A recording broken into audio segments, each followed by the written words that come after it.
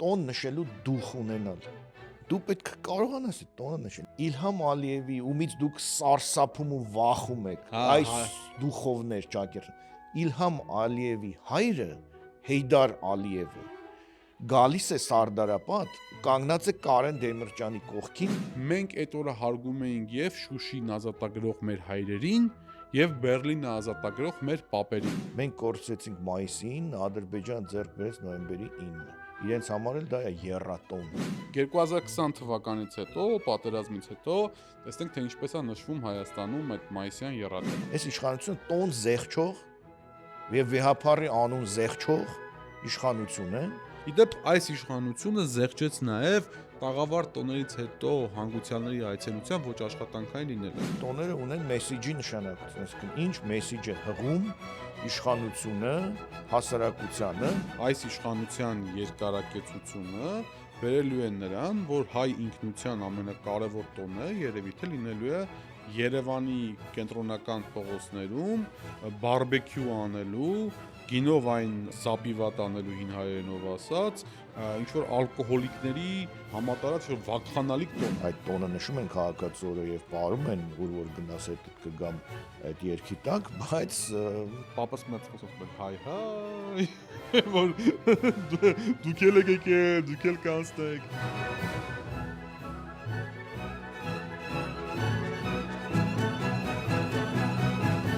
Ողջույն 24-ի եթերում Պրովզրույցն է, Պրովզրույցի թվով թույլ տվեք ասել նաև հոբելյանական 20-րդ հաղորդումը, այս ընթացքում վերջին 19 հաղորդումների ժամանակ ես եւ պրոֆեսոր Ռուբեն Մելքոնյանը փորձում ենք պատմական տարբեր ծալքերի իրադարձությունների համեմատականը բերել այսօր մեզ հետ կատարվող իրադարձությունների հետ, ցույց տալ, ինչպես նաև ինքներս հասկանալ ու վերլուծել, թե ինչպես են պատմական այս կամ այն իրադարձությունները ինչ որ շրջան հետո կրկնվում եւ ինչպիսի դասեր մենք պիտի քաղենք տեղի ունեցածից, որովհետեւ հայտնի խոսք կա, որ եթե մենք մոռանում ենք մեր անցյալը, ապա նաեւ դրանով խաչ ենք քաշում մեր ապագայի վրա։ Եվ ավանդույթի համաձայն շնորհակալություն ենք հայտնում մեզ հետևելու մեկնաբանությունների առաջարկների համար, մենք ուշիոշով հետևում ենք դրանց եւ ժամանակ առ ժամանակ ըստ պատեհության եւ անհրաժեշտության դրանք դարձնում մեր հաղորդումների քննարկման նյութեր։ Եվ այսպես ընդամենը մի քանի օր առաջ հունվարի 27-ը հայտարարվեց բոլոր ժամանակների պատերազմների ժամանակ զոհված հայ զինվորի հիշատակի օր։ Սա բնականաբար քննադատության արժանացավ հասարակական լայն շերտերի եւ քաղաքական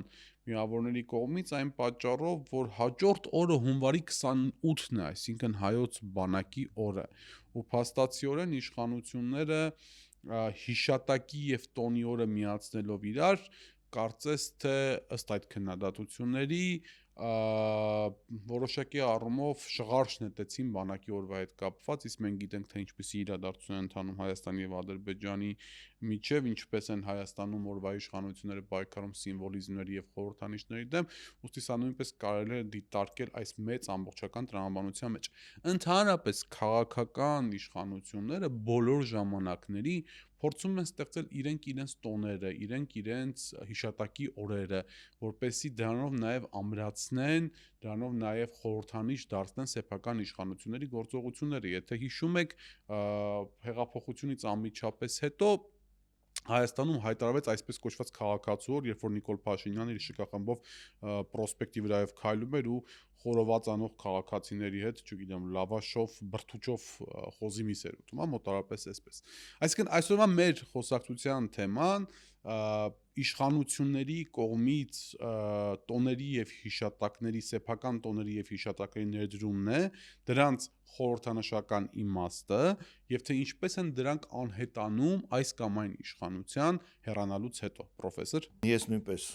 շնորհակալություն եմ հայտնում բոլոր մեկնաբանությունների եւ դրական արձագանքների համար, եւ այսօրվա թեման այսպես կարող ենք ձևակերպել՝ տոներ եւ քաղաքականություն, այսինքն ինչ կապ ունի տոնի հիշատակի օրերը քաղաքականության հետ եւ ինչպես դու նշեցիր, Նարեկ, մեր փորձն է այսպես անցյալի եւ ներկայի կամուրջ այսպես որոշակի կառուցել, տեսնել թե ինչպես է եղել այս ամեն ինչը, ինչ որ դրվագներ պատմության մեջ, ինչպես է դրսևորվում հիմա եւ տոները ու հիշատակի օրերը կարծում եմ այնքան հին է, ինչքան պետականության գաղափարը, որովհետև պետականություններ ստեղծվելուց անմիջապես հետո տարբեր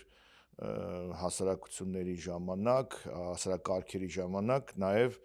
փորձել են արժևորել այս կամ այն դրվագ, այսինքն պետությունը ձևավորվելու օրը, պետության տիրակալի ծննդյան օրը, չգիտեմ, որևէ ճակատամարտի օր, Գահակալման օրը, գահակալման օրը, պայմանագրի օրը եւ այլն եւ այլն, եւ սրանք ոչ թե ուղղակի այսպես դարձել են իշխանության ինչ որ մի խմբի սեփականությունը, այլ փորձ է արվել դա ինստիտուցիոնալացնել եւ դարձնել հասարակությունների նախ դաստիարակելու օր, որովհետեւ դաստիարակելու մեթոդներից մեկը, որովհետեւ այդ տոնը իր հետ ունի նաև ենթատեքստ, ունի նաև արժեհամակարգ եւ այդ արժեհամակարգը փորձ է արվում փոխանցել հասարակությանը։ Դասագրքերում այդ մասին կան, այդ տոնի դետալները կան, այդ տոնը ձևավորող, չգիտեմ, անհատների պատմությունները կան, օրինակ չեմ, երկրորդ համաշխարհային պատերազմի հետ կապված, մայիսի 9-ի հետ կապված կան հազարավոր հերոսների, չէ, այսպես անհատական պատմություններ, որոնք կերտել են այդ մեկ միասնական տոնը, այսինքն օրինակ սովետական շրջանում մայիսի 9-ը պարտադիր էր բոլորի համար, դասագրքերում կար, հասարակության մեջ եւ այլն, բայց մայիսի 9-ի կոնտեքստում, ասենք, անպայման Մարշալ Բաղրամյանը, չգիտեմ, այլ հայազգի հերոսները,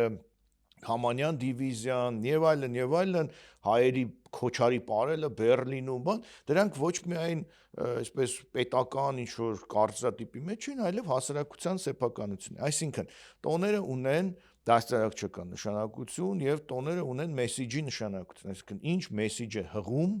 իշխանությունը հասարակությանը, որպեսզի ինչ արժեք է փորձում ներկայացնել եւ խորհուրդ տալ կամ խրախուսել, որպեսզի այդ արժեքը պահեն։ Հետևաբար տոներն ու քաղաքականությունը իրար հետ սերտորեն շահկապված, այսպես երևույթներ։ տոները եւ հիշատակի օրերը կարելի։ Այո, տոներ եւ հիշատակի օրեր, բայց այդ ընթացքում, երբ որ նայում ենք մարդկության պատմությանը, մենք տեսնում ենք, որ ինչ որ մի փուլից սկսած սկսվում է, այսպես իմ կարծիքով, երկու process։ Տոների մրցակցություն, այսինքն հին ու նոր իշխանությունների, հին ու նոր պետությունների, հին ու նոր վարչակարգերի տոների, այսպես կարելի ասել, այլաբանական մրցակցություն, իմ ու քո տոներ, օտար տոն, չընդունվող տոն եւ այլն, այսպես ինչ որ երևույթներ եւ երկրորդ հանգամանքը նոր տոների այսպես ներդրում, որը ասոցացվում է հենց իրենց հետ եւ որը դու քիչ առաջ խոսքիդ մեջ ասացիր, նպատակ ունի ստվերել ինչ որ մի այլ տոն կամ հիմք ստեղծել այս տոնը ավելի պոպուլյար դարձնելու, որը ավտոմատ կտանի այն նախորդ տոների, եթե կարելի ասել, այսպես տվերի տակ ընկնելուն եւ այլն։ Եվ քո թույլտվությամբ ես Թուրքիայից օրինակներ մի քանի հատ կբերեմ, հետո իհարկե այլ օրինակների վրա կարող ենք զրույց ծավալել եւ բնականաբար հետո գանք Հայաստան, մեր դարը իրականություն, գանք 21-րդ դար եւ արդեն դու մի քանի տոն այսպես ճակերտավոր տոների մասին նշեցիր, եմ քաղաքացու օր եւ այլն, որոնք ես կարծում եմ շատ կարճ այսպես կյանք ունեցող տոներ են եւ այդ նման տոները վերանալու են այս իշխանության հեռանալուց հետո արդեն իսկ իրենք շատ կենսունակ չեն։ Միգուցե իրենք հավաքվում են այդ տոնը նշում են քաղաքացու օրը եւ պարում են, ուր որ գնաս հետդ կգամ այդ երկի տակ, բայց դա կարծեմ իրենց լոկալ տոն է դարձել։ Հիմա նայ Թուրքիայի պարագայում մի քիչ օրինակները շատ այսպես այս տոնի գաղափարի տարբեր էլեմենտներ իրենց մեջ կրում են։ Այսինքն այնտեղ կա եւ անձնիշխանություն, կապված Թուրքիայի հիմնադիր Աթաթուրքի հետ, հետո կա անձնիշխանության այլ դրսերում կապված այսօրվա նախագահ Էրդողանի հետ եւ կան տարատեսակ այլ այսպես սիմվոլիկ օրեր, որոնք Թուրքիայի համար նշանակություն ունեն։ Տես, սկսենք հետեւյալից, հա։ Թուրքիան երբ որ ձևավորվեց 1923 թվականին, ձևավորվեց որպես աշխարհիկ հանրապետություն, հետևաբար առաջին քայլով փորձ արվեց տվերել կրոնական տոները։ Այսինքն այն բոլոր տոները,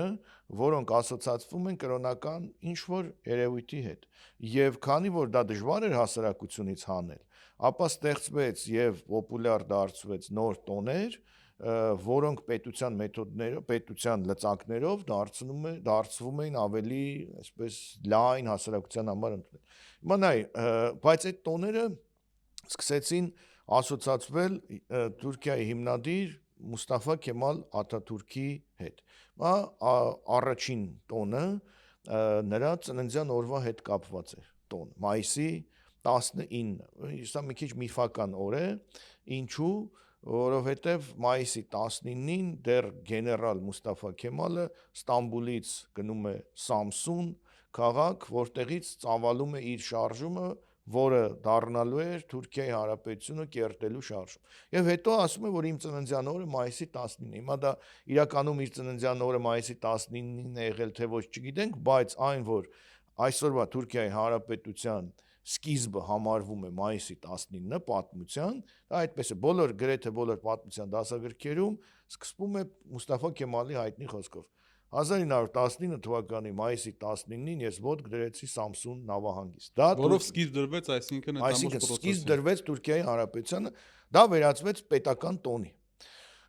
Բայց չեն ասում, որ սա Աթաթուրքի տոնն է, ծննդյան օրն է, այլ վերածում են այսպես երիտասարդության, չգիտեմ, նոր հույսի եւ այլնի սիմվոլներով պատված պետական տոնի։ Հաջորդ տոնը ապրիլի 23-ը Թուրքիայում Գալիպոլի չէ, երբ որ բացվել է Թուրքիայի ազգային ժողովը Էլի Քեմալի նախագահությամբ 20 թվականի ապրիլի 23, երբ Ապստամբ խումբը հիմնել է ազգային ժողով Թուրքիայի։ Ապստամբ այդ Քեմալի գլխավորությամբ դա վերածվել է ուրեմն Էլի պետական տոնի։ Այսօր մինչև այսօր այն նշվում է ուրեմն որպես պետական տոն, բայց երկուսն էլ ասոցացվում են մեկը նախագահի ծնունդի հետ, մեկը նախագահի հիմնած առաջին, այսինքն Աթաթուրքի հիմնած առաջին ինստիտուցիոնալ կառույցի ազգային ժողովի հետ։ Եվ այնտեղ բազմաթիվ այլ տոներ, այս ճակատամարտի օրերին ճակատամարտ Գալիպոլի ճակատամարտը ազգային տոն որպես չէ, դրանք ավելի մանր տոներ են, այսպես ասած, ես հիմա կգնամ պատմական այսպես տոներին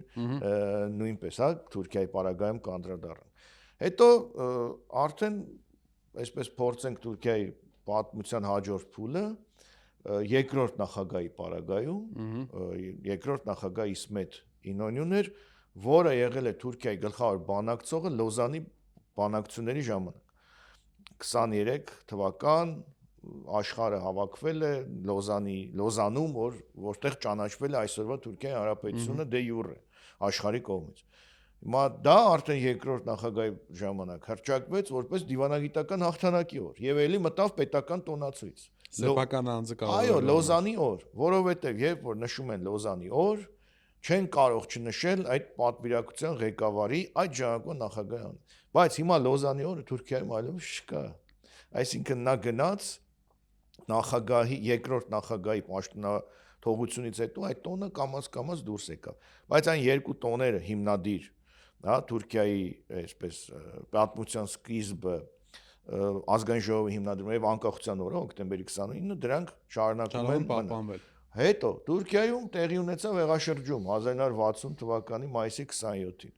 Իշխանության եկած զինվորականները մայիսի 27-ը հռչակեցին տոն պետական։ Ժողովրդավարության, միասնության տոն։ Դա էլ դրեցին պետական տոնացույցի մեջ։ Անցավ որոշ ժամանակ, եկավ այլ իշխանություն, այս տոնը հանեց։ Եվ գանք մեր օրեր։ Այսօրվա տոների հետ կապված։ 2016 թվական արդեն մեր օրեր Էրդողանի դեմ կազմակերպվում է ռազմական հեղաշրջում հունիսի 15-ին։ Չի ստացվում այդ հեղաշրջումը, ճնշվում է այդ հեղաշրջումը։ Անմիջապես հետո Էրդողանը հուլիսի 15-ը հռչակում է պետական տոն, ժողովրդավարության, միասնության, ժողովրդի հաղթանակի, բայց դա իրականում իր դեմ արված, չստացված հեղաշրջման օրն է։ Եվ այսօր Թուրքիայում արդեն սկսած 2017 թվականից դա նշվում է որպես պետական Այսինքն ես կարող եմ ենթադրել, որ եթե Արդարություն եւ Զարգացում կուսակցությունը մի օր իշխանության չեղավ, այդ տոնը այդ կուսակցության հետ միասին մոռացվելու է։ Այո, ես դրա համար եմ ասում, կան պետական տոներ, որոնք ժամանակավոր են եւ կան մրցակցային տոներ, այսինքն հիմա նայ Էրդողանը տոներով մրցում է Աթաթուրքի հետ։ Ասում է, եթե մայիսի 19-ը դու սարքել ես տոն, որովհետև դու այդ օրը սկսել ես քո շարժումը, ուրեմն ես հուլիսի 15-ն եմ սարքում տոն, որովհետև այդ օրը ես ճնշել եմ իմ դեմ հեղաշրջումը։ Դե ինքը ընդհանրապես փորձում է կարծես թե Աթաթուրքի պատմական կռիվ ունի էլի Էրդողանը այս կամ այն չափով։ Իհարկե, եւ այդ կռվի մեջ, այդ եմ դրա համար ասում։ Կռվի մեջ տոները յուրահատուկ այսպես բան են, հարթակ են բանի, պատերազմի կամ ճակատամարտի թատերաբեմ են, որտեղ նախկին ու ներկա իշխանությունները կռվում են այդ հիշատակի օրերի, տոների եւ այլնի կոնտեքստում։ Քո թույլտվությամբ, եթե ավարտի թուրքական հատվածը, ես թուրքական հատվածը կարող եմ անվերջ խոսել, բայց այս պահին այս դրվագը ավարտի։ Ես ուզում եմ հատուկ խոսել արտաքին ազդեցությամբ ներքին պետական տոներ փոխելու, դրանք չնշելու կամ դրանք վերաիմաստավորելու մասին։ Այո։ Սրա այս մտքի մասին իմ մոտ այս միտքը առաջին անգամ հղացա, որ թե ինչպես կարելի է նույն օրը շարունակել նշել, բայց նշել այլ տրամաբանությամբ եւ տալով այլ մեսիջներ, երբ որ մեր երկրի վարչապետ Նիկոլ Փաշինյանը 2021 թե 22 թվականին առաջին անգամ ելույթ ունեցավ Սարդարապատում մայիսի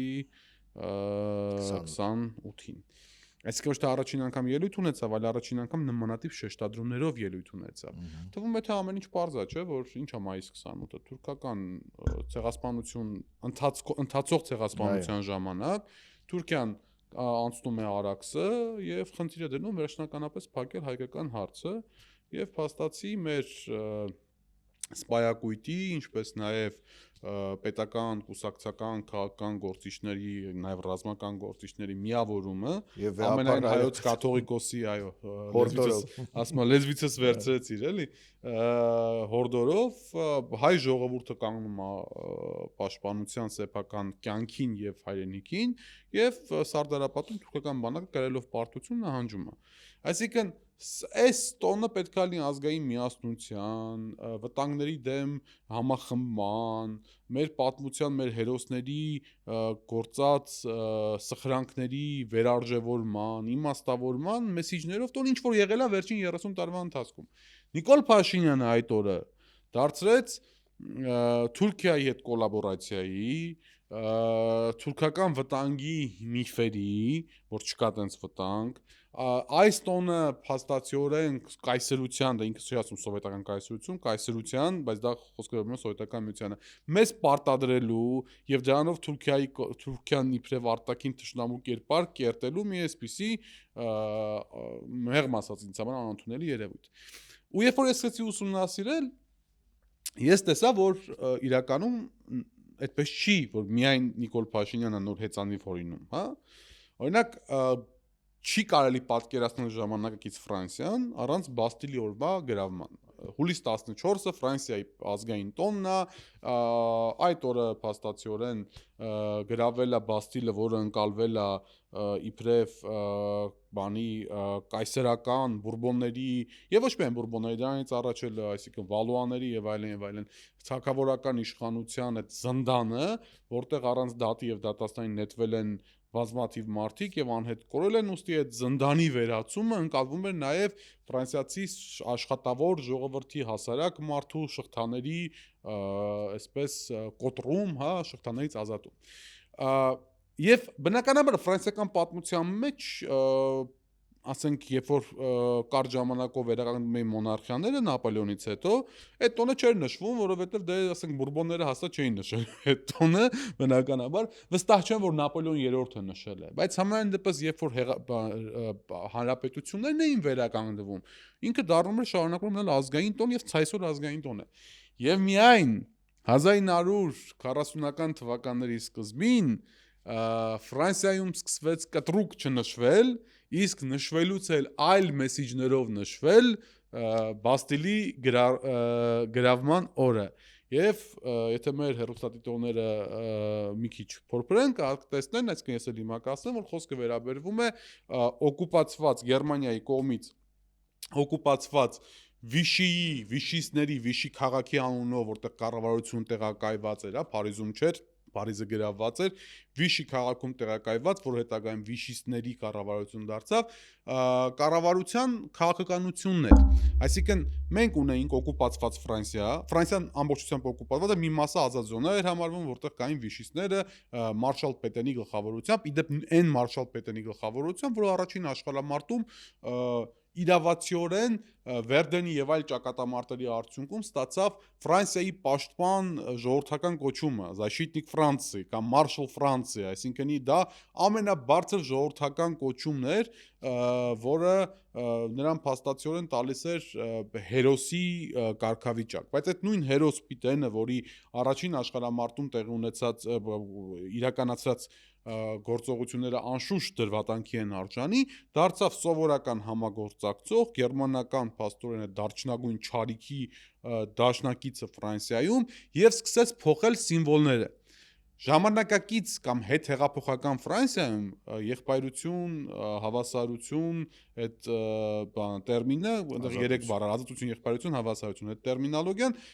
ինքնությամբ պես մտած մի բան էր, ինքը դա բնականաբար փոխեց, որովհետև չէր կարող լինել ազատություն եւ չէր կարող լինել հավասարություն եւ այդ հիմա հատուկ ուզում եմ կարդալ, փոխեց դա փաստացիորեն աշխատանք ընտանիք հայրենիք տերմինոլոգիայով, այդտեղ մոտս նշել է։ Բայց զուգահեռ այսօրվա այդ կա։ Հա, այդ եմ ուզում ասեմ, էլի հիմա բերում եմ զուգահեռներին, հա, այսինքն այլևս չկար ազատություն, որտեղ ազատության փոխարեն պետք է լինի աշխատանք, այլևս չկար հավասարություն, որովհետև հավասարության փոխարեն պետք է լինի ընտանիք, իսկ ընտանիքն էլ մի քիչ պատրիարխալ երևույթ է, իր ղեկավարով, մյուսով եւ այլն, ուստի այդտեղ հավասարություն, այսպես ասենք, չի կարող լինել, եւ եղբայրության փոխարեն հայրենիք, հա, այս երկուսը պետքա ծառայեն հայրենիքին։ Այն հայրենիքը, որը պատկերացնում էին վիշիստները, պատկերացնում էր Մարշալ Պիտենը։ Ուստի եւ այսպես հուլիս 14-ը Բաստիլի գրավման օրը կամ Ֆրանսիայի պետական տոնը 1940-44 թվականներին մինչև Նորմանդիայում դաշնակիցների իջեցումը, այսպես դեսանտի իջեցումը եւ այնտեղ Ֆրանսիա ազատագրում, այսինքն մինչև վիշիստների կառավարության գոյությունը արգելված էր նշել կամ նշելուց, եթե ինչ-որ քաղաքներում նշում էին, փոփոխված մեսիջներով։ Հիմա գալիս ենք այսպես թողում ենք, հա, դարչնագույն չարիքի, ֆաշիստների, նացիստների հետ համագործակցող ֆրանսիական կառավարությանը թողնում ենք ու գալիս ենք ժամանակից Հայաստան 2020 թվական իր բոլոր հետևանքներով։ Պատերազմից հետո հիշում ենք, չէ՞, մենք մայիսի 9-ը ինչպես էինք նշում։ Այսինքն ինքը 8-9 էր, 8 գծիկ 9 է, այսպես ասենք։ Մենք միանգամից դրա մեջ այս 30 տարվա ընթացքում, որ ասեմ, մի քիչ փշակաղվում եմ, հա, դրա մեջ դնում էինք մեծ հայերենական պատերազմում հաղթանակի սիմվոլը, Շուշիի ազատագրման խորհրդանիշը եւ Արցախի պաշտպանության բանակի ստեղծման խորհրդանշական եռամիասնություն, այսպես կոչված, հա, եռատոնը, հա, մայիսյան եռատոնը։ Զինվորական շքերթներ Արցախում եւ Հայաստանում,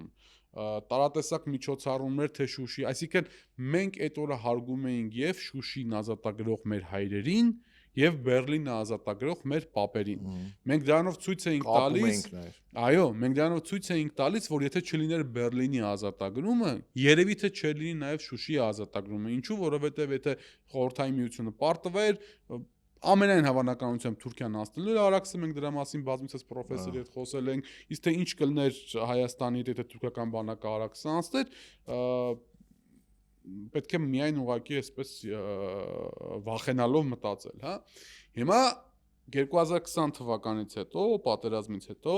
տեսնենք թե ինչպես է նշվում Հայաստանում այդ մայիսյան եռատոնը։ Նախ Արցախի ազատագրության կամ Շուշի ազատագրման մասին ընդհանրապես որևիցե հիշատակում չկա։ Արցախի պաշտպանության բանակի ստեղծման օրվա հետ կապված ընդհանրապես որևիցե բան չկա, ընդ որում ընդհուպ այն ժամանակ, քանի դեռ Արցախը կար ու պաշտոնապես Արցախի պաշտպանության բանակը գտնվում էր, այսինքն ոչ միայն 23 թվականից հետո, երբ որ Արցախը ընկավ ու Արցախում ոչ մի հայ չմնաց, նաև այս իշխանությունների վարած կոլաբորացիոնիստական քաղաքականության հետևանքով, այլ նաև մինչև այդ շրջափակված Արցախում Հայաստանից ոչ մի պետական մեսիջ չէր գնում Շուշիի ազատագրման, արդեն ընկած Շուշիի եւ անգամ Արցախի պաշտպանության բանակի։ Իսկ մայիսի 9-ը սկսեց վերաիմաստավորվել, այլևս կհիշեք թե հանրային հեռուստաընկերությունով ինչպիսի դեբատներ էին գնում, թե եթե հանկարծ հայերը, չգիտեմ, չոքնեին սովետական բանակին, եթե սովետական միությունը պարտվեր Հայաստանի վրա կարող ավելի լավ լիներ, հիշում ես հայտնի այդ աբսուրդ հա հայտնի այդ պատմական զեղծարարության մակարդակի հասնող քննարկումները։ Ինչի մի քիչ քիչ Հիտլերը ներկայացնում էր որպես Գևորգ Չաուշի դասընկեր, որ ուզում էր ազատագրել արևմուտքից։ Այո, այսինքն Ադոլֆ Շիկերգրուբերը կամ նույն ինքը Ադոլֆ Հիտլերը փաստացիորեն երևի թե Խրիմյան հայրիկի ոգով տարված, հա, Արևմտյան Հայաստանի Բերլինի կոնգրեսի մասին շատ վատ խոսող մեկն էր։ Մի քիչ երկար երևի ստացվեց ասածս։ Ուղղակի ուզում եմ ֆիքսեմ, որ ցանկացած իշխանություն, որ գտնվում է օտարի ազդեցության, օտարի հրահանգի, օտարի թելադրության տակ, այդ իշխանությունը անխնա է վարվում այն խորհրդանիշների հետ, որոնք իրենցով վկայում են այդ երկրի երբեմնի փառքի, զինական ուժի, ազատության ձգտման եւ այլ խորհրդանիշ իմաստների արժեքների դեմ այդ պայքարը սարսափելի պայքար է գնում։ Ուստի ֆիքսում ենք այնպես ինչպես վիշիստական կառավարությունը հուլիս 14-ին կռիվ էր տալիս Բաստիլի գրավման օրվա հետ, հաշվի առնելով որ Բաստիլի գրավումը կարող է որոշակի հայրենասիրական նոտաներ մտցնել, հա, էմոցիաներ մտցնել ֆաշիստական օկուպացիայի տակ կքած ֆրանսիացի ազատասեր ժողովրդի մոտ, նույն տրամաբանությամբ Նիկոլ Փաշինյանի իշխանությունը առանց այլևայլության գրեթե մեկը մյուսի նույն տրամաբանության լրելիայն այդ կռիվն է տալիս մոռացության տալով եւ հակառակ մեսիջներ ուղարկելով թե մայիսյան եռատոնի հետ կապված, թե մայիս 28-ի Սարդարապատի ճակատամարտի հետ կապված եւ թե մեր այլ պետական կարևորագույն տոների հետ կապված օգոստոս 23-ից սեպտեմբերի 21 եւ ընդհակառակը ինքն է մցնում նոր տոներ, որպեսի մեր ժողովրդի գիտակցական հիշողության հատվածը կտրի մինչև 2018 եղած իրականության հետ։ Այսինքն մինչև 2018-ը դա թալանի, սեփական ժողովրդին կեղեքելու, ռուսաստրուկ լինելու, սուբյեկտ չլինելու, ինքնիշխանություն չունենալու, տարածաշրջանում ագրեսիվություն մտցնելու, ուրիշի հողերը գրավելու ժամանակաշրջաններ, իսկ 2018-ից հետո եւ մասնավորապես 2020 թվականից հետո այն ամեն ինչը ինչ որ իրենք արդեն վախանալ են, որով որ ամեն օր հնչում է պետական քարոզչության շուրթերից։ Նարեկ, ես փորձել եմ, այ շատ հետաքրքիր մտքի հանգեցրեց քո խոսքը, նայ, կա երկու հանգամանք, տոնը եւ հիշատակի օրը անելու կարողություն եւ այսպես ասած համարձակություն, իրենց տերմինոլոգիայով ասած դուխ, տոնը նշելու։ Եվ կա տոնի այլասերման, այլախեղման process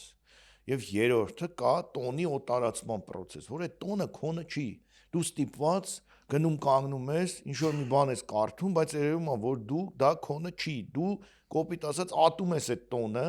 ուղակի պաշտոնի բերումով գնում ես, դրա համար ստիպված ինչ որ սովետի ժամանակ ոնց որ անում էին օրինակ, չգիտեմ, նոյեմբերյան բաներ եւ այլն։ Նոյեմբերյանը մի քիչ ուրախ տոն էր, տենց գնում էին պարատ բան եւ այլն, որ փոքր ժամանակ ես եմ հիշում մի անգամ գնացել, մարդիկ ուրախ էին, բայց ես հիշում եմ, որ նոյեմբերյան այդ տոների ժամանակ Հանրապետության հրապարակում էլի չեմ հիշում 88 թվականի այդ բանի ժամանակ այսպես խմբերով անցնում էին, դա ասեն, բացի զորքից, հիմա այս կոլեկտիվն է գնում, հիմա այս գործանի կոլեկտիվը, հիմա չեմ իմ լուսահոգի հայրը ինձ հետը տարել էր եւ հիշում եմ այն պահը, երբ հասանք այդ Լենինի արձանի դիմացի այդ պատվանդանին, որտեղ կանգնած են հանրապետության ղեկավարները, Դեմիրճյանն էր, եւ կանգնեց ժողովուրդը ու սկսեց բղավել Ղարաբաղ։ Ես այդտեղ ներկա եմ եղել, փոքր երեխա էի 10 տարեկան, լավ հիշում եմ, որ այսինքն անգամ նոյեմբերի 29-ի կոմունիստական, սովետական տոնը ժողովուրդը նաև իր հույզերը, Արցախը եւ այլն արտահայտում կանգնեց, գոռաց Ղարաբաղ, հետո այն հայտնի կարգախոսը, Պարտիա Լենին, Գորբաչով եւ այլն այդ բաները եւ այլն։ Կլասնոս եւ այլն։ Հիմա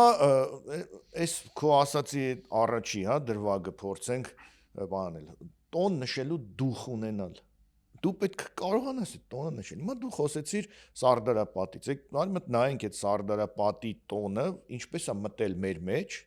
եւ ինչպես ենք նշել։ Նախ դա միայն Սարդարապատը չի, դա Մայիսյան հերոսամարտերի օրն, որովհետեւ Բաշապարան Ղարաքիլիսը, այսինքն երբ ժողովուրդը զորքը դուրս է եկել պայքարելու, որովհետեւ ինչպես հայտնի ռուսական խոսքում ասում են «Աստուպած դալշի некуда за нами Москва», արդեն էլ նահանջելու տեղ չկա, Երևանն է, չգիտեմ, այնտեղ Վանաձորն է, եւ Մայրաթոր Սուրբ Էջմիածին չկա նահանջելու տեղ, դուրս են գալիս պայքարի։ Հետևաբար դա ոգևորիչ տոն է եւ սովետական կայսրությունը իր բոլոր թերություններով հանդերձ ամեն հանրապետության իր մի տոներ կամ մի քանի տոներ էր սարքում նվիրում, հա, կամ այսպես ասած փաթեթավորում։ Հիմա հայերի համար ո՞րն էր այդ տոնը, թուրքերին կանգնեցնելու գաղափար։ Եվ սովետական շրջանում դա ոչ թե վատ էր, որ կայսրությունը սովետական մեծ բան էր, այլ տես, սովետական միությունը դա նախ ճանաչեց որպես մեր տոն, որ մենք կասեցել ենք Թուրքիա։ 1. Երկրորդ, հատկացվեց ահռելի միջոցներ եւ մեր ֆանտաստիկ արվեստագետները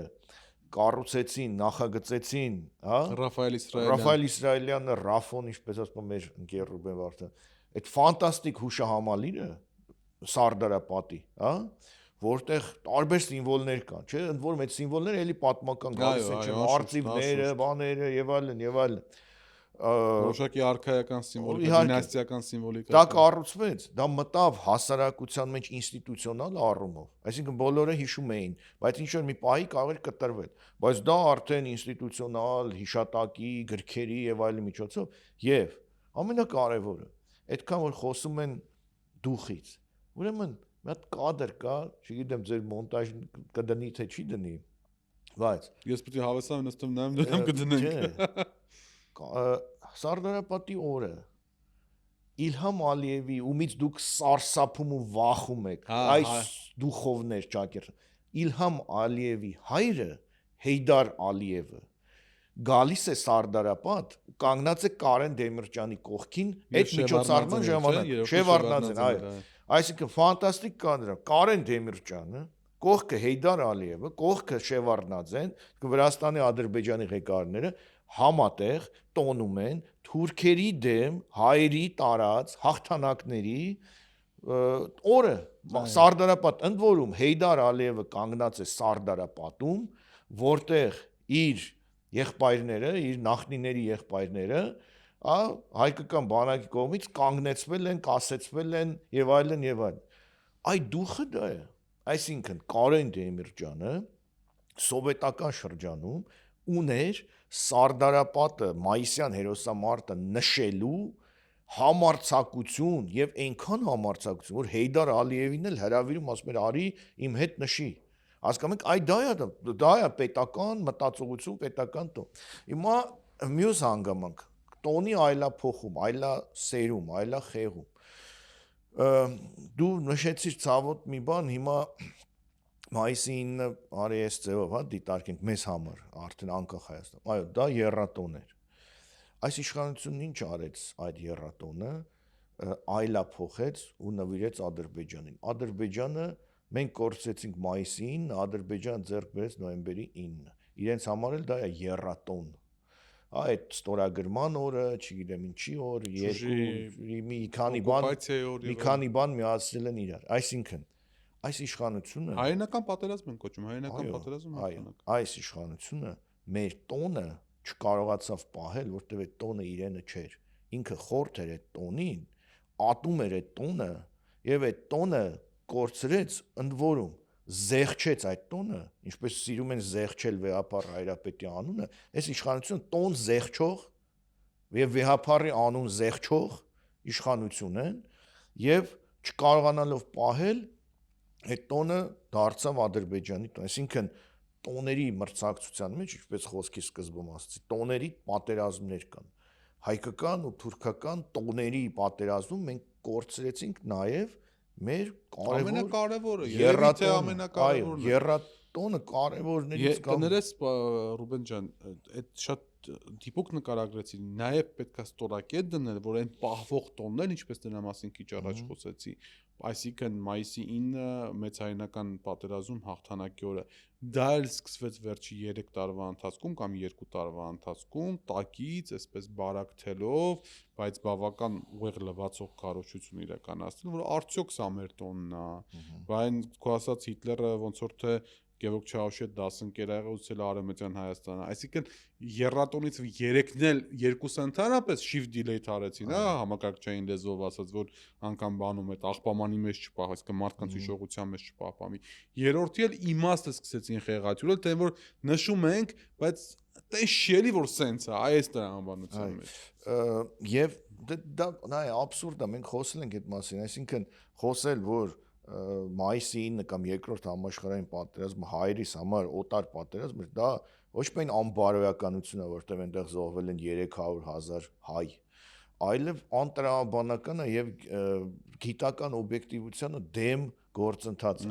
Ընդհանրապես կապ չունի իրականության եւ ինչքան պետք է մարդ կորցնի իր տարատեսակ հատկանիշներ, որ տրվի այդպիսի քարոզչության, այսինքն դառնա այդպիսի քարոզչության մաս եւ ներկայացնի չեմ 10 սերունդներ են այդ մայիսի 9-ով ուրախացել եւ սերունդներ են այդ մայիսի 9-ի համար դժբախտացել հազարավոր այդ 300,000 զոհվածների ընտանիքներ այդքան անհայր երեխաներ են մեծացել առանց ամուսին կանայք եւ դուք ո՞նց եք ասում դե դա մեր համար դե բան չէր դե այդքան տոն չէր այ եթե Հիտլերը հաղթեր բանը մուշ ու վանը մեզ հետ էին տալու եւ այլն հիմա եւ երրորդ այդ որ ասի կան տոներ որոնք մարդը կարողանում է նշել այսինքն իշխանությունը եւ անհատը որտեվ ինքը այդ տոնը զգում է տոնի մի մաս է հա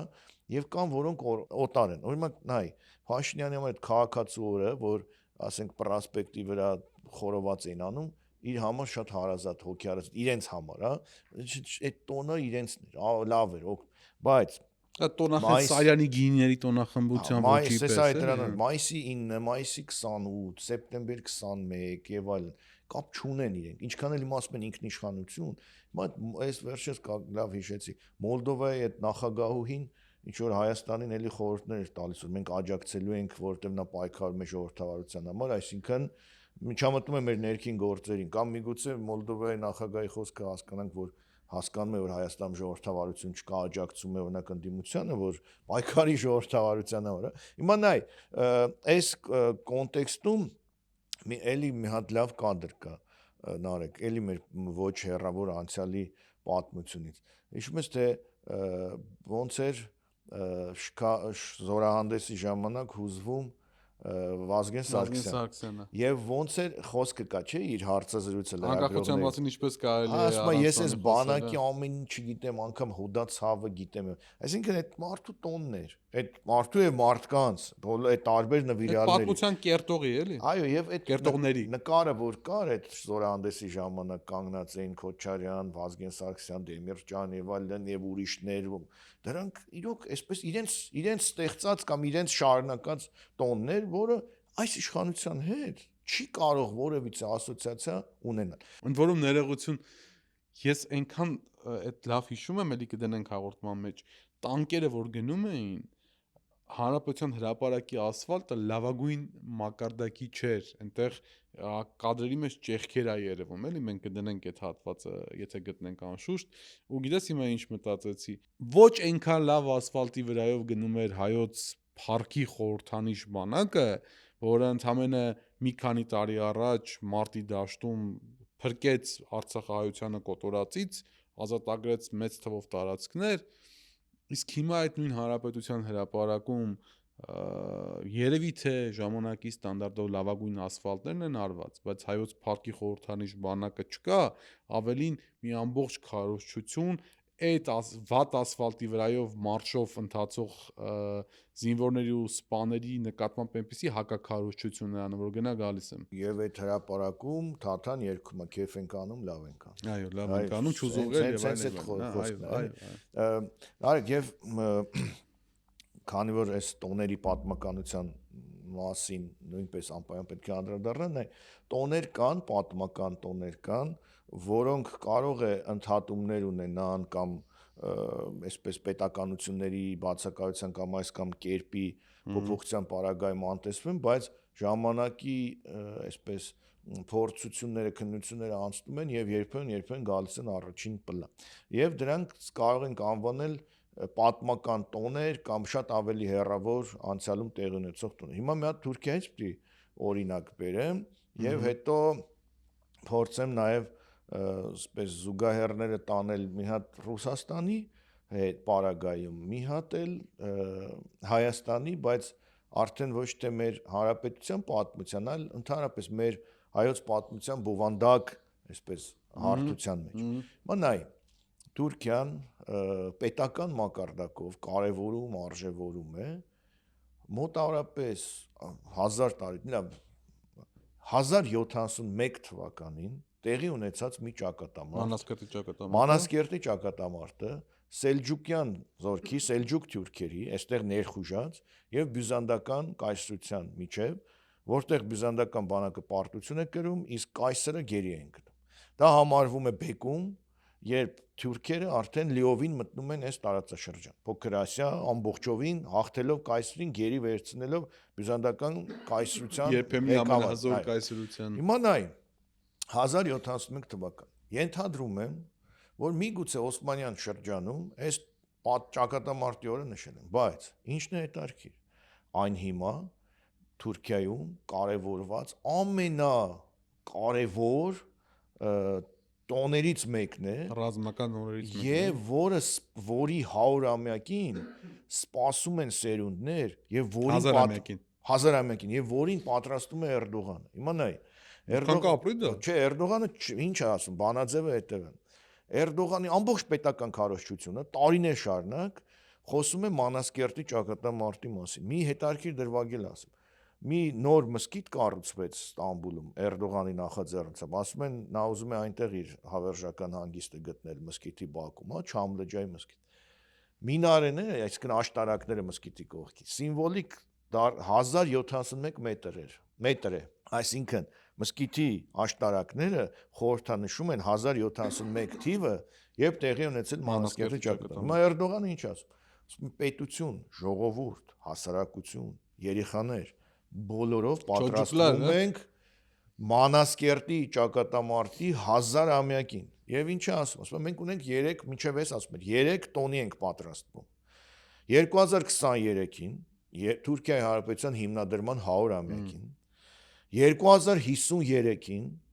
թուրքերի կողմից Կոստանդնուպոլսի գրավման 1453 թվականին, այսինքն 1600-ամյակին, 600-ամյակին եւ 2071 թվականին ենք պատրաստվում Մանասկերտի ճակատամարտի 1000-ամյակին։ Տոներ են ասում։ Եվ ինչ ասում է, Հանրապետության 100-ամյակը 2023-ը կանենք մենք, իր սերունդը, Կոստանդնուպոլսի արդեն արեց։ Կոստանդնուպոլսի գրավման 600-ամյակը 2053 կանեն մեր որդիները, իսկ Մանասկերտի գրավման հաղթանակի 1000-ամյակը կանեն մեր թոռները։ Եվ ասում եմ իմ կտակն է, որդիներ արեք Կոստանդնուպոլսի գրավման 600-ամյակը, թոռներ արեք Մանասկերտի ճակատամարտի 1000-ամյակը։ Այսինքն նայ դնում է հասարակության մեջ գաղափար, շարունակական գաղափար եւ հիմա թուրքական դպրոցներում արդեն վաղուց աշակերտները, հաջորդ սերնդի աշակերտները եւս տարբեր սերունդների աշակերտներ, մարդիկ պատրաստվում են այդ 1000-ամյակին, այսինքն եւ այս ընթացքում ամբողջությամբ սերտում են այդ գաղափարը, թե ինչ նշանակություն ունի դա թուրքական պետության համար եւ սա կարող ենք ասել, որ մեծագույն եւ դաստիարակչական նշանակություն եւ մեսիջ է։ Մա գանք մի հատ Հայաստան հետ գանք, մեզ համար նման նշանակություն ունեցող ճակատամարտեր կան, որոնցից ամենահայտնին Ավարայի ճակատամարտը, դա քննարկման թեմա է, այո, բայց սա ընկալումների մակարդակով այո։ Ես եթե չեմ սխալվում, հենց էլի սովետական շրջանում մի բան արել են, այսինքն 1500-ամյակը կարծեմ Ավարայի ճակատամարտի արել են եւ հիշում ես այն հայտնի 1951 թվականը, այո, հայտնի են Պաստառը, Խանջանի, Ավարայի ճակատամարտի եւ այլն, որը շարունակում է մնալ մեսիջ, Օրինակ երբեմն նայ պետական հայցերի ժամանակ օրինակ ամերիկյան պատվիրակություն Բարսաշյան պաշտոնները մեկ էլ այդ նկարի մոտ են նկարվում հակաիրանական այսպես մեսիջ տալու համար, հայտի դեպքեր, այո հիմա կարծեմ սրաններ կոնգրեսի խոսնակներ, եթե չեմ սխալվում։ Հիմա արդյոք մեր հասարակությունը ինչ որ մի նման գերագույն գաղափարի հիմա պատրաստվում է, որը մեր ինքնության մասն է, ասենք, այսպեսի ճա։ Հիմա ընդհակառակը, քանի որ մեր ինքնության դեմ պատերազմ է, ընդ որում իրականացնում է այս իշխանությունը, դրա համար պետք է մեր ինքնությունը կառուցող, պահող տարբեր կռվաններ դուրս բերվեն։ Մայիսի 9, մայիսի 28, ավարայր եւ այլն եւ այլն։ Ցավոք Ռուբեն մեր պետականության բացակայության պայմաններում մենք հիմա շատ ցավով եմ ասում, չենք կարող Օսմանյան կայսրության ավանդույթների խորության, չգիտեմ, պրոտոկոլի, հա, եւ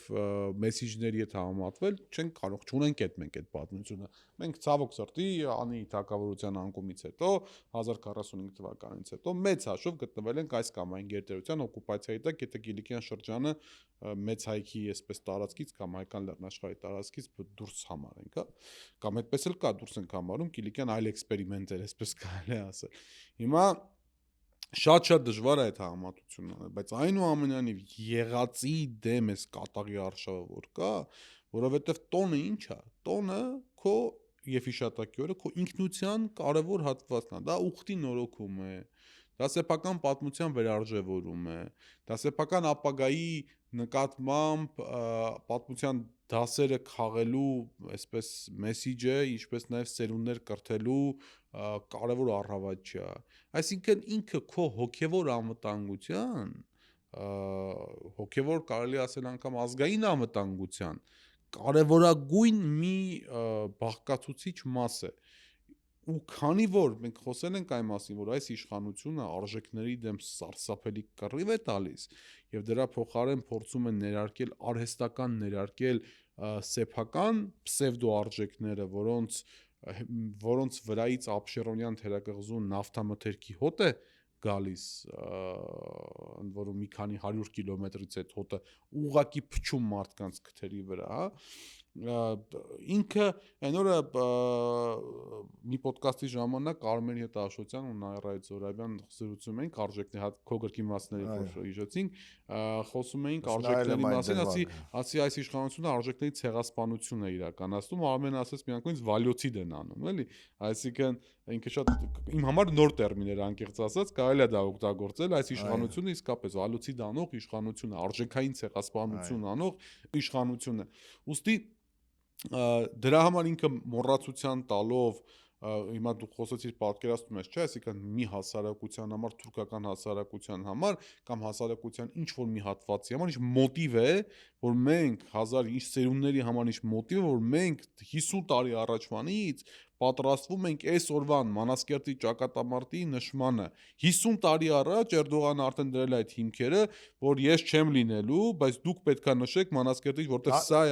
սա է այն հիմքը, սա է այն դարպասը, որով թուրքական այդ ցեղերը ներխուժել են դեպի Կներես մի հատ ուղղակի բան եմ 50 տարի շարունակ,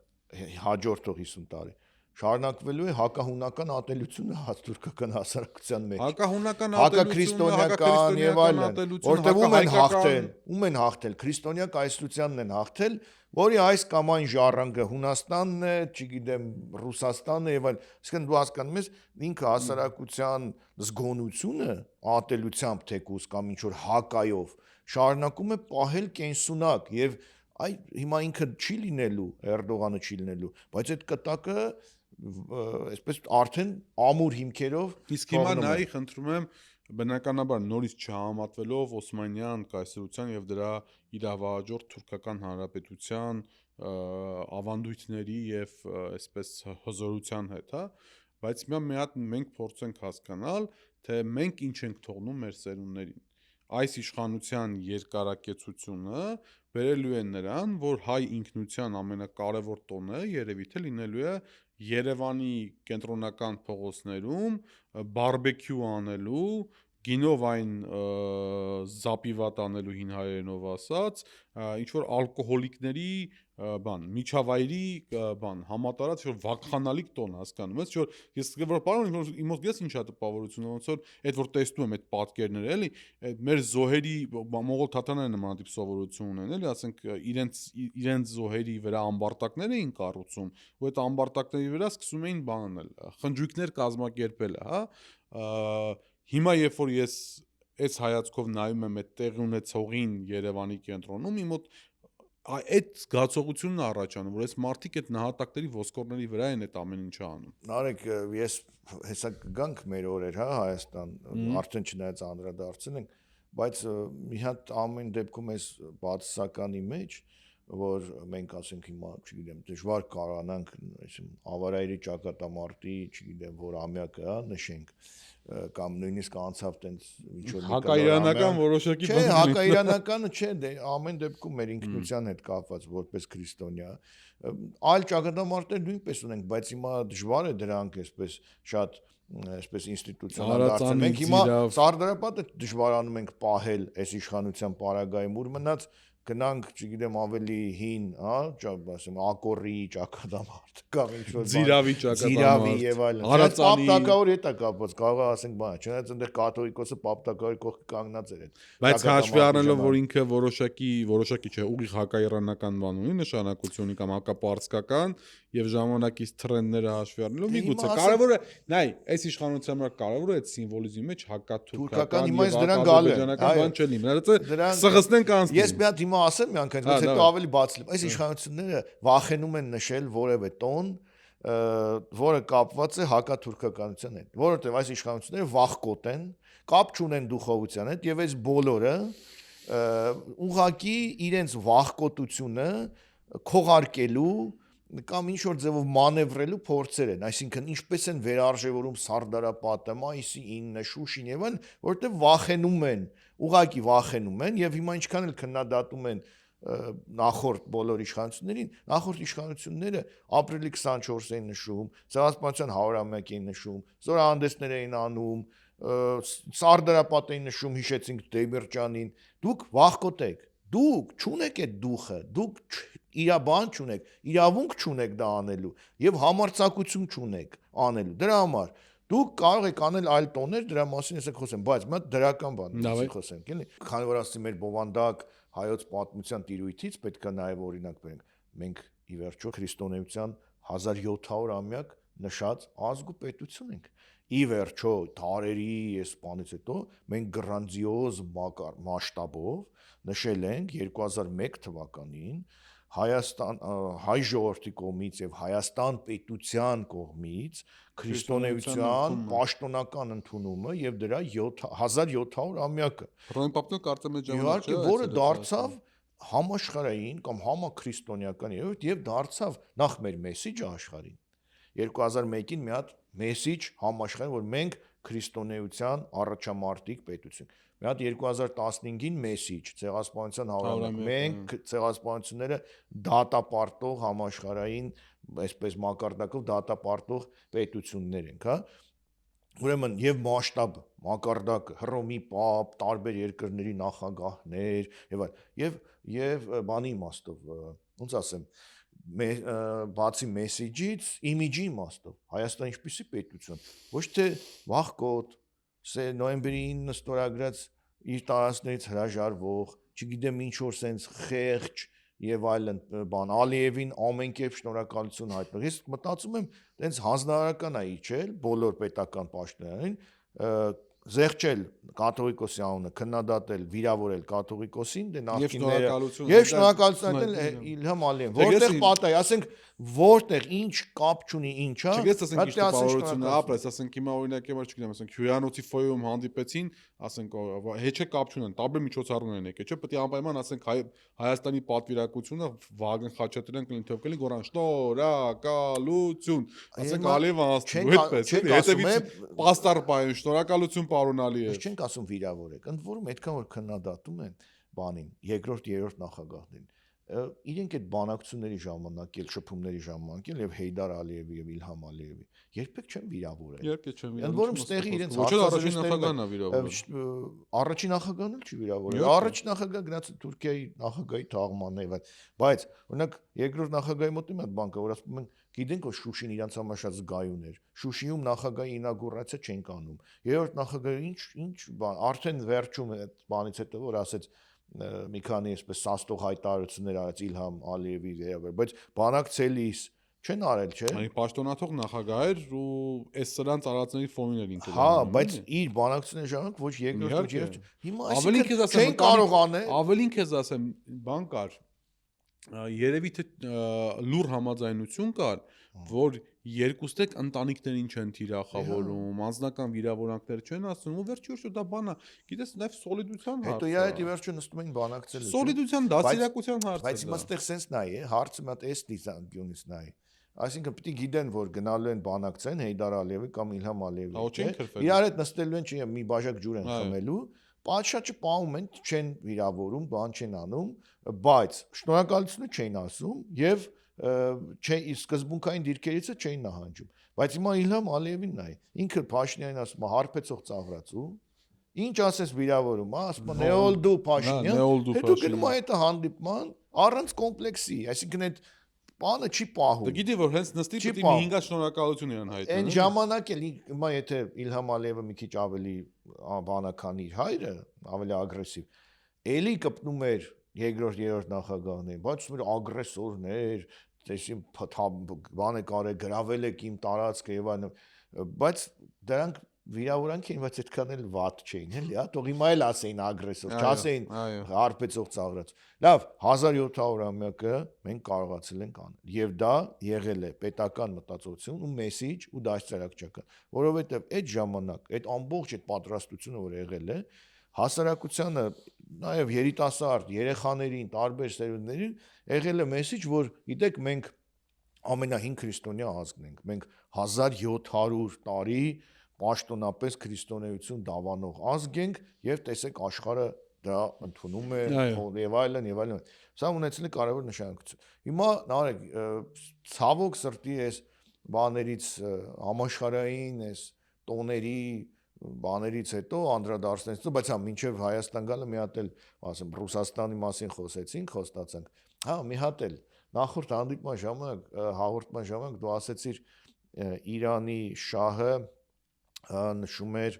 Պերսեպոլիսում բան մեր դիտողներից մեկն էլ ասում էր որ 2500-ամյակը չի 3000-ամյակն է նշել մենք ասում ենք դեռ սովեր բաներ դժվար էին բայց ամեն դեպքում բայց դա էլ իր նշանակությունն էր էլի այսինքն Իրանը ասում էր որ մենք 3000 տարի անընդմեջ պետականություն ունեցող այո այդպես այդ նշանակությունը իդեպ շահը գիրես չի Երևանը լա այցելել Հա չէ Իրանի շահը Երևանը լա այցելել 7 Փալավի հայրը այսինքն 71-2 թվականներին Երևանը այցելել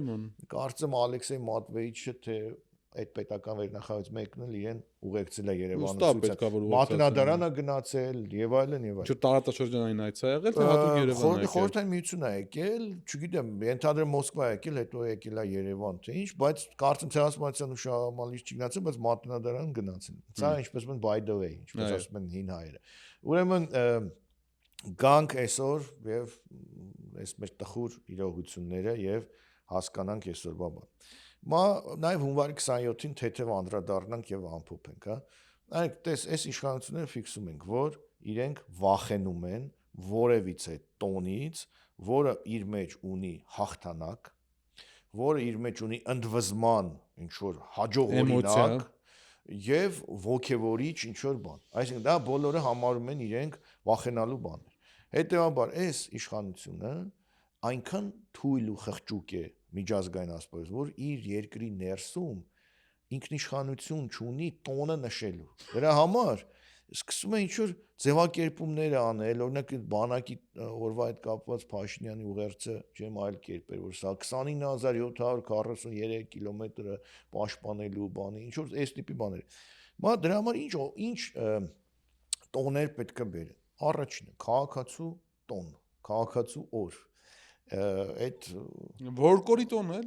ուտելիքի ստամոքսի որը էլ եմ ասում այսինքն իրենց հետ կապված տոներ, իրենց իշխանության գալու եւ այսպես մեջը ատելության բան կար ամեն դեպքում, եւ ամեն դեպքում ինքը չի ընդլայնվում այդ տոնը չի դառնում, բայց իրենք այդ ամեն ինչը, այսպես ասած, ֆիքսել։ Այո։ Հիմա ինչ տոն իրենք կարող են առաջարկել, հա, ասես մի քիչ եթե գրոտեսկով գնանք։ Օրինակ կարող են առաջարկել գինու փառատոնների տոն, ասենք, այտենց մի օրացույցում տոն օր նշեն, որը ֆիքսի, որ այսօր գինու փառատոնների օրն է եւ իրենք այդ ամեն ինչը կարող են շատ հանգիստ Այսինքն ինչ որ կապված է ուտելու եւ որևէ սպառման հետ կենցաղի ենքով բերած օրինակը ընտանիք բան ինչ էր կոչվում ոնց էր կոչվում աշխատանք ընտանիք պետություն հայրենիք այսինքն այսպես մի քիչ անշարժ բաներ եւ գանք հունվարի 27-ին նայ բոլոր ժամանակներում հայրենիքի պաշտպանության համար զոհված հերոսների հիշատակի օր խոնարհումը մեր բոլոր ժամանակներում հայրենիքի համար զոհվածներ բայց երկու հարց կա այստեղ էլի բոլոր շատ ժամանակներում այդ զոհվել են այդ հերոսները թուրքերի դեմ շատ հաճախ թուրքերի դեմ վերջին շրջանում պատերազմների ու ճակատամարտների հետևանքով այսինքն առաջին համաշխարհային պատերազմ ֆիդայական շարժում եւ հայ-թուրքական պատերազմ 1920 թիվ եւ այլն ընդ որում դու լավ օրինակ ճիշտ ասացիր երկրորդ համաշխարհային կռվում էին Գերմանիայի դեմ մտածելով որ կռվում են ենթագիտակցային թուրքերի դեմ Արցախյան առաջին պատերազմ քարորյա պատերազմ 44 օրյա պատերազմ եւ այլն այս ձեր ընդունած օրենքը այս տոնը ենթադրում է չէ որ լավ այդ զոհվել են բոլոր ժամանակներում այն պետությունների դեմ պայքարում, որոնք այսօր էլ շարունակում են ճշնամական քաղաքականությունը Հայաստանի նկատմամբ։ Հիմա այս բանը էլ այսպես մանևրելը անհաջող ինչի համար է մեկ եւ երկրորդ օրը ճիշտ ասած հիմնավորումը ես փորձում եի կարդալ ինչի հունվարի 27-ին որն է խորհրդանիշը դրա այդպես էլ ճիշտ ասած չկարողացա հասկանալ ոչ օրենքի հիմնավորման մեջ ոչ ընդհանրապես որովհետեւ հունվարի 27-ը բերել բանակի տոնից 1 օր առաջ հունվարի 20 տեխնիկական իմաստով 2 օր անընդմեջ ոչ աշխատանքային օր իրար հետ շատ կապված տոներ, հա, օրեր հիշատակի մեկը բանակի օրը մեկը հայրենիքի համար զոհվածների բայց դրանք իրար հետ շատ կապված են, չէ՞ որտեղ բանակը միտված է հայրենիքը պաշտպանելու, որի ընթացքում ցավոք կարող են լինել զոհեր։ Հիմա այս իրար հետևից դնելը կարող է օբյեկտիվ կասկած հարուցել, որ եթե Աստված միահասցե այս իշխանությունը մնա իշխանության, կարող են զեղչվել որոշ տոներ պաշտոնապես, այսինքն մայիսի 9-ը արդեն դե ֆակտո զեղչված է, դե յուրե հանվի։ Հունվարի 28-ը ինչ որ ձևով միացվի հունվարի 27-ի հետ, հանվի, որտեղ ասեն դե 2 օր իրար հետևից ոչ աշխատանք է։ Այսինքն լավ է, որ այդ տոնը այդ հիշատակի օրը ներդրվել է հայրենիքի պաշտպանության, բայց հասկանալի չի ընտրությունը հունվարի 27-ին։ Ես ասեմ ինչով է, կարելի է այսօր այս վերջի իրադարձությունը ցույց տվեց ինչի համար։ Հունվարի 27-ին իրանք հավաքվում են, երաբլուրը փակում են ամբողջությամբ ոստիկաններով, չգիտեմ, աշխատակիցներով, տիկնազորով եւ այլն, այսինքն պետական մեքենան, այդ պետական վերնախավը մտնում է բան, գնում է երաբլուր, այդ օրը սքի օր է, այդ օրը հարգանքի օր է, այդ օրը բացառապես, չգիտեմ, խնկի եւ աղոթքի օր է, կոպիտ ասած։ Հաջորդ օրը հունվարի 28-ը այլևս վերանում է որպես այդպեսին, որովհետև այսօր փաստացիորեն հունվարի 27-ին գնացին, հունվարի 28-ին իրանք չեն գնացել ոչ միտեղ։ Հայաստանի պաշտպանության նախարարը պաշտպանության ներողություն բանակի օրվա հետ կապված չի այցելել Եռաբլուր։ Հայաստանի ղեկավարները բանակի օրվա հետ կապված չեն այցելել Եռաբլուր։ Ընդհանրապես տաքսիով բաներ են ուղարկել ինչ անունը պսակներ են ուղարկել, այսինքն ինչ է ենթադրում, անգամ դա էլ կարող է ուղարկած չլինեն, չգիտեմ, այսինքն դա ինչ է իրենց ենթադրում, մի անգամ տաքսիով ուղարկել էին, սքի օրը ամենայն հարգանքով բոլոր նահատակների առաջ, որովհետև այս ամեն ինչը իրենց հիշատակի դեմել է արվում, այսինքն հանկարծ թող հակադրություն չանեն, դուք դեմ եք, որ մենք մեր նահատակների տնօրինը ենք, իհարկե դեմ չենք, որ մի հոգեկան հիվանդ կարող է մարդն որ դեմ լինել, բայց ես ուզում եմ ես սրա պատճառը հետևանքային եւ արտաքին քաղաքական կապը գտնել։ Այդ օրը սքի օր է, գնալու են, մի կերպ մտնելու են Եռաբլուր, զոհված զինծառայողների ծնողների մի մասի անեցքի տակ գնալու են, արագ ծաղիկներն թողնելու են գնալու են, Եռաբլուրը մշտապես լինելու է թշնամական վայրես իշխանության համար։ Եռաբլուրի այդ աուրան, այդ սիմվոլիկան, թևածող հերոսների հոգիները թշնամական միջավայր են սարքում, ոտքերը եռալու է իրաց միշտ Եռաբլուրը, նրանք երբեք Եռաբլուր հանգիստ չեն գնալու, որովհետև իրենք հո գիտեն իրենք ինչ են արել, իրենք լավ գիտեն թե իրենք ինչ են արել։ Ինչևից է այդ հատվածը այդպես են բանանում, քավրանում, ժամանակակից հայերենով ասած, հաջորդ օրը ուղղակի մոռացության են տալիս, բավարարվում են մի հատ ինչ-որ բանով, ուղերձով, այդ ինչի են անում դա, որովհետև գործող բանակի օրը այնուամենայնիվ ուզես կամ չուզես որոշակի զինվորական էմոցիաներ, ռազմական փառքի հաղթանակի մասին էմոցիաներ են ներշնչում։ Բայ մայիսի 9-ին ինչ են արել, մայիսի 28-ին ինչ են անելու, սեպտեմբերի 21-ին ինչ են Դե անելու։ չէ, բաներ, որոնք որ իրենք այս պահին դեռևս չեն կարող փոխել օրեր եւ այլն։ Այսինքն հիմա ակնհայտ է, չէ՞, սեպտեմբերի 21-ը երրորդ հանրապետության անկախության օրն է։ Նիկոլ Փաշինյանը արդեն հայտարարել է, որ ինքը գնում է 4-րդ հանրապետության ստեղծման։ Եթե այս հունիս ամսին հայ ժողովուրդը գնա եւ հավաքական մեծամասնությամբ ձայն տա Նիկոլ Փաշինյանին, ես քեզ հավաստիացնում, որ սեպտեմբերի 21-ը որպես Հայաստանի անկախության օր փոխվելու է։ 4 հանրապետության օրը, օրինակ Նիկոլ Փաշինյանի ծննդյան օրը Աթաթուրքը տենց օրինակ նա բան երիտասարդության եւ իր ծննդյան օրը տենց միավորել է։ Վերջի վերջո այդ թուրքական Օսմանյան փլուզվող կայսրության բեկորներից կարողացավ Թուրքիայի հանրապետություն ստեղծել, որը այսօր ոչ միայն ռեգիոնալ, այլև մեծ առումով տարածաշրջանային նշանակություն ունեցող կարևորագույն պետություն է։ Նարեկ, բայց մի հատ Ռուսաստանի օրինակն էլ բերենք, նա այդպես սովետական տոներ կան, որոնք փաստորեն բանը այսպես update չեն եղել, հա, դուրս են եկել, այսպես ասած, ժամկետ անց են արդեն, հա, դարձել, բայց Ռուսաստանում ինչ որ ձևով դրանք նշվում են։ Եվ ինչն է հետաքրքիր, որ մայիսի 9-ը Ռուսաստանը շարունակում է նշել ամբողջ այսպես իր հզորությամբ որպես երկրորդ համաշխարհային եւ ընդդեմ ֆաշիզմի հաղթանակի տոն ինքը այսպես դառնալով ժառանգը խորհրդային միության նաեւ այդ տոնի, հա, այսինքն տոները նույնպես ժառանգականության իր բան ունեն, այսպես հատկություն ունեն եւ նույն հունվարի 27-ը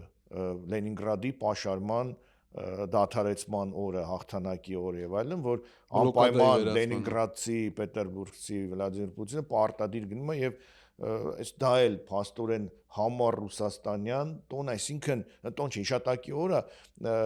որը իր մեջ էլի ունի դաստիարակչական մեսիջներ, որ այլևս երբեք սա չլինի, այլևս երբեք պետք է մենք հզոր լինենք, որ այլևս այս չլինի, այն չլինի։ Եվ ամենավերջինը տոները, հիշատակի օրերը ինչքան էլ իշխանությունները տարբեր ժամանակաշրջանի փորձում են վերահսկել, բան անել այսպես, փոխել ժողովրդի հիշողությունը եւ ժողովրդի մանևրելու հատկանիշները երբեմն շրջանցում են պետական արգելքներ։ Մի հատ դրա օրինակը բերեմ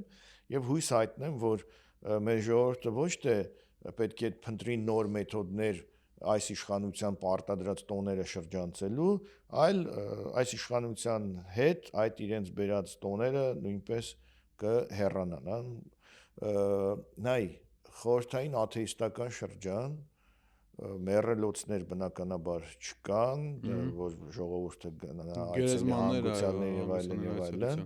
որոնք լինում են տաղավար տոներից հետո։ Տաղավար տոները գաղտնի են անում, այսինքն եկեղեցին է անում, հավատացյալներ եւ այլն։ Բայց տաղավար տոներից հետո այդ տրադիցիան, որ գնում են այցելում են հանգուցյալներին, այլ ձևով մնացել։ Օրինակ ես դա տեսել եմ Արցախում,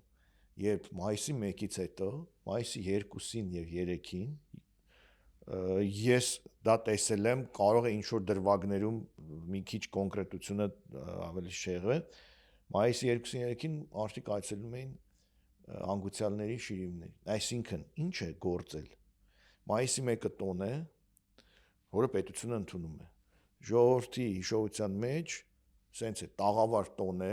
տաղավար տոնից հետո պետք է գնա շիրիմներին հայցելության։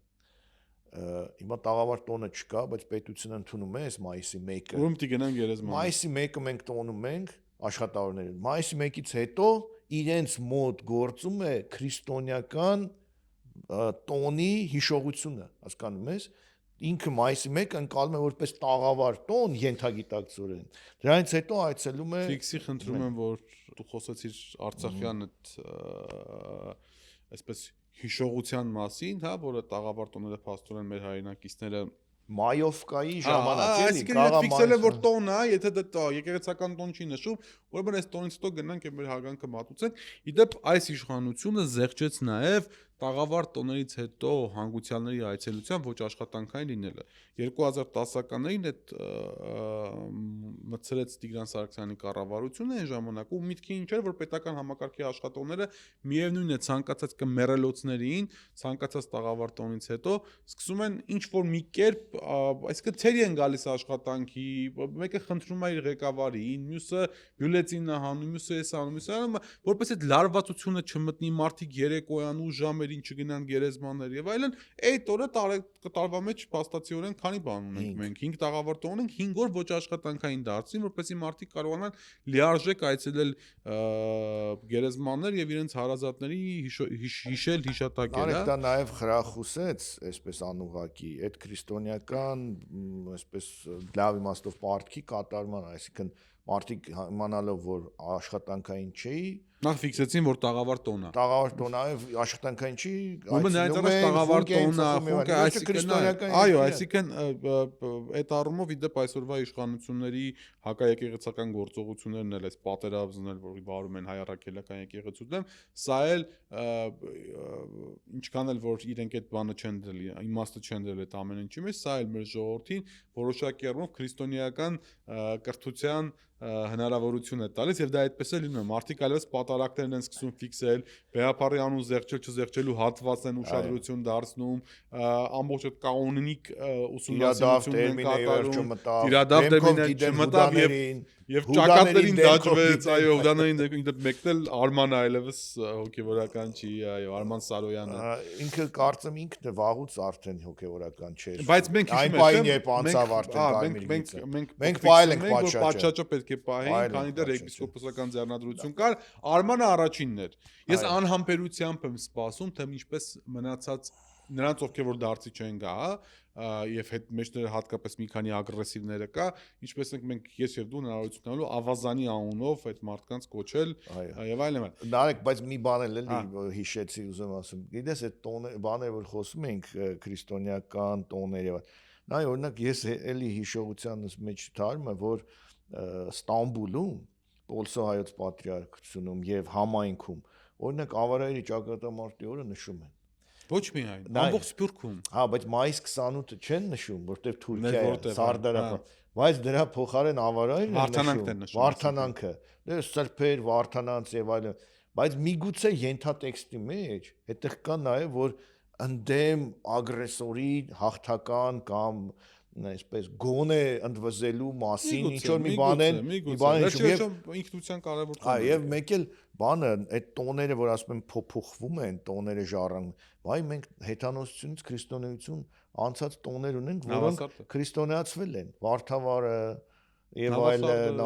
այսինքն հասկանում ես տոնը չի եղել հնարավոր չի եղել հանել բայց քրիստոնեացվել է շարունակում է սակատարության որոշակի բանը այդ տարանդեսը ի վերջո հա կարակի վրայից թռնել եւ այլն համենայն դեպս այսինքն միով բանով եթե փորձենք ամփոփել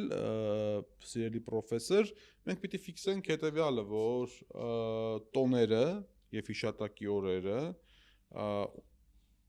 ցանկացած ժողովրդի ինքնության կարևորագույն հատված են կազմում ինքնության արժեքների հիշողության եւ ապագայի մասին իր դատողությունների ու մեկնաբանությունների կարևորագույն հատված են կազմում լինում են տոները որոնք որ մտնում են այդ ժողովրդների արյան մեջ եւ որքան էլ որ ժամանակի պատեհության կամ անպատեհության եւ հեգնանքի ճակատագրի հեգնանքի հետևանքով իշխանության եկած ինչ-որ մարդիկ փորձում են դրանք փոխել, դրանք այնուամենայնիվ մնում են արմատացած այդ ժողովրդի հիշողության ինքնության մեջ, ինչ մենք նշեցինք հուլիս 14-ը Բաստիլի գրավումը, երբ որ վիշիստները փորձում էին դա հանել, բայց դա մնաց ֆրանսիացի ժողովրդի պատմության մեջ։ Նույն տրամաբանությամբ ես վստահ եմ, որ մայիսյան եռատոնը այլևս մտել է հայ ժողովրդի ինքնության մեջ եւ որքան էլ այս իշխանությունները A զեղչում են եւ B խեղաթյուրում են այդ տոների իմաստը, միևնույնն է դա էլ է փոխվելու այնպես, ինչպես իրենց մցրած ցանկացած ճակերտավոր նորամուծություն իրենց հեռանալուց հետո։ Ես էլ փորձելով ամփոփել ասեմ հետեւյալը, որ տոները հիշատակի օրերը ունեն կարևոր դաստիարակչական նշանակություն հասարակությունների եւ ժողովուրդների համար, որոնք երբեմն չեն ճանաչում նաեւ ժամանակ եւ անցնում են դարերով եւ ցանկացած իշխանություն պետք է կարողանա զգույշ վերաբերել այդ տոներին, որովհետեւ դրանք մեր ինքնության ու դաստիարակության ամենանուրբ ու կարևոր եւ երևացող ու հավաքական տարրերն են եւ երկրորդ իրական ինքնիշխանություն ունենա այդ տոները եւ հիշատակի օրերը նշելու այլ չպայմանավորի տարբեր իրողություններով եւ ճնշումներով մենք այսօր չխոսեցինք ապրիլի 24-ի մասին կարծում դա առանձին հաղորդման որպես հիշատակի օր բայց ֆիքսենք որ այն էլ մեր արմատացել է եւ իր պատմությունն ունի բայց նրա հանդեպ էլ այդ օրվա հանդեպ էլ իշխանական այսպես հարձակումների նախանշաններ եւ փորձեր արդեն կան եւ եթե այսպես այս տրամաբանությամբ թուրքական ու ադրբեջանական ահով կաղապարված այս իշխանությունը վստահ եմ ապրիլի 24-ի հետ կապված էլ շարունակելու է իր վախվորած ուրեմն տարբեր դրսևորում։ Ես վստահ եմ, եթե 2026 թվականի հունիսի ընտրությունների հետևանքով Նիկոլ Փաշինյանը եւ իր վարչախումբը վերարտադրվեցին, ես քեզ հավաստիացնում եմ, որ մենք ունենալու ենք սարսափելի բացահայտ պատերազմ հայ ժողովրդի պատմության, հայ ժողովրդի ներկայի եւ հայ ժողովրդի ապագայի դեմ, մենք ունենալու ենք բացահայտ պատերազմ, պատերազմ, չէ, սա արդեն ավելի մեծ ագրեսիվությամբ, մի քանի տասնյակ անգամ ավելի մեծ թափով հայրաքաղաքական եկեղեցու դեմ, ունենալու ենք մեր ինքնության դեմ, ունենք եւ շարունակել, այսինքն այս ամեն ինչը մենք ունենք։ Այս կամ այն չափով, ապրիլի 24-ի պարագայում ինչ-որ բաներ են հին հայերենով ասած ցրծամներ են գցում, բայց մի հատ հաշվենք տենանք 1.5 միլիոն են, թե 1.5 միլիոն չեն եւ այլն եւ այլն։ Այդ օրը մեզ բարելի կայսրությունն է մեզ ասել։ Անգամ հասանան որ Լեմկինի անվան ինստիտուտը, որը ընդունենք որ նախկինների հանրապետական կամ քոչարյանական կամ Լևոն Տեր-Պետրոսյանական ինստիտուտ չեն, Դες վստահ միաս։ Դու իրենց տրամաբանության մեջ ասեն ասում որ Հայաստանի կառավարությունը կասկածի տակ է դնում հայ ժողովրդի ցեղասպանությունը, ավելի մեծ խայտարակություն հնարավոր։ Նարեկ նույն կերպ աշխարհը, ասում է աշխարհի այն նորմալ հատվածը, ասում է առաջին քրիստոնյա ժողովրդի իշխանությունը, պետությունը հարձակվել է եկեղեցու վրա։ Ինչևից է Մենք այն ինչ որ ունենք, մենք ամեն անգամ խոսում ենք սիրելի պրոֆեսոր, ասում ենք մոտավորապես մի ժամ խոսենք ու վերջ, բայց որպես կանոն մի ժամից ավել է տևում, բայց ես լավատեսությամբ եմ ուզում ավարտել, ես կարծում եմ այդ ամեն ինչը չի ստացվելու իրենց։ Եվ արդեն ակնհայտ է չի ստացվելու ոչ մեր ինքնության, ոչ եկեղեցու դեմ այդ պայքարը գալու են բախվեն այդ ինքնության ու եկեղեցու պատերին եւ արմանների պես տենց գազելով հեռանան։ Պապս մեծ խոսում էր հայ որ դուք եք եկել, դուք էլ կանցնեք։ Եթերում պրոֆզրույցը պրոֆզրույցի 20-րդ թողարկումը մենք այսօր խոսում ենք տոների արժեքային ընկալման, պետական ընկալման մասին, նրանց քաղաքական այսպես պատեհության, նոր իշխանությունների ներմուծածների եւ նրանց մասին, որոնք արմատացած են աշխարհի ժողովուրդների մեջ, վերելով դրա համար թե հայաստանյան կամ հայկական եւ թե մեր տարածաշրջանային եւ համաշխարհային օրինակներ։ Շնորհակալ ենք շատ մեզ հետևելու համար, մեկնաբանեք, գրեք, դիտեք առաջարկներ, խորհուրդներ, դիտողություններ, մենք ես եւ Ռուբեն Մելքոյանը սիրով դրանք ընթերցում ենք, իսկ եթերում պրոզրույցը վարում ենք ես, պատմագիտությունների տեխնացու քաղաքագետ Նարեկ Գալստյանը եւ պատմագիտության գիտությունների դոկտոր պրոֆեսոր թուրքագետ Ռուբեն Մելքոյանը կհանդիպենք։